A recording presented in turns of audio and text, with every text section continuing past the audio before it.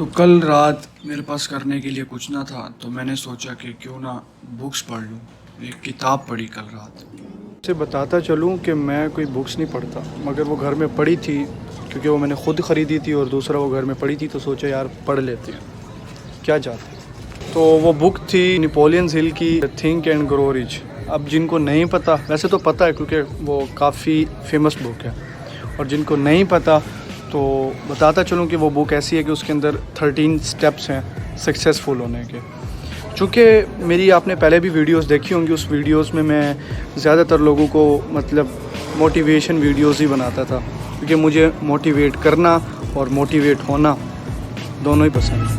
تو اگر بات کریں ہم ان 13 سٹیپس کی تو 12 سٹیپس ایسے تھے جو آپ کے بھائی کو کلیئر تھے، مطلب ان کا آئیڈیا تھا. بٹ جب ایک سٹیپ جو کہ آپ کی لائف چینج کرتا ہے، وہ سٹیپ جب میں اس کے بارے میں سوچتا تھا تو وہ مجھے پریشان کر دیتا تھا. وہ سٹیپ تھا آپ کے تخیلات، your imaginations, the workshop of mind, کہ یہ کیسے آپ کی زندگی کو موٹیویٹ کرتی ہے. اور یہ پوائنٹ آپ کے بھائی کا کلیئر ہو گیا اس بک کو پڑھنے کے بعد. کچھ فائدہ تو ہوا نا. تو بھیا موٹیویشن کیسے ملے گی آپ کو امیجینیشن سے؟ آج کا پوائنٹ یہی ہے، غور سے سنیں میری بات. تو اس بک نے ہمیں یہ بتایا کہ بھائی آپ جائیں اپنے ارد گرد کے ماحول میں اور وہاں کے جو لوگ رہتے ہیں ان کی خوشی، غم، سکھ، دکھ سب کا جائزہ لیں. اور جب آپ ان چیزوں کو فیل کریں گے نا تو آپ کو ایک موٹیویشن ملے گی کہ آپ صحیح ہیں، بس تھوڑا سا بڑھتے رہیں اور کنٹینیوس رہیں. تو اسی چیز کو فیل کرنے کے لیے گزشتہ رات میں نے اپنے تخیلات کا جائزہ لیا. کہتے ہیں نا کہ اچھے تخیلات ہی ایک کہانی بناتے ہیں. سو چلتے ہیں میری گزشتہ رات کی کہانی کی طرف.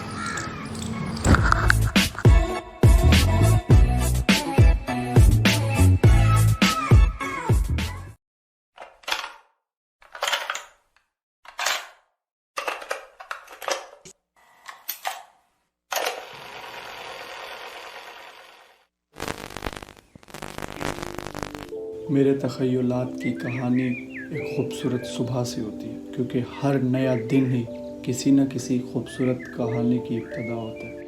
آپ کی زندگی کے خوبصورت ترین مناظر میں سے ایک منظر کہ رات کا دن میں ایک نئی صبح میں ڈھلنا. کبھی آپ نے اس منظر کو محسوس کیا؟ نہیں کیا تو آج کر لیں.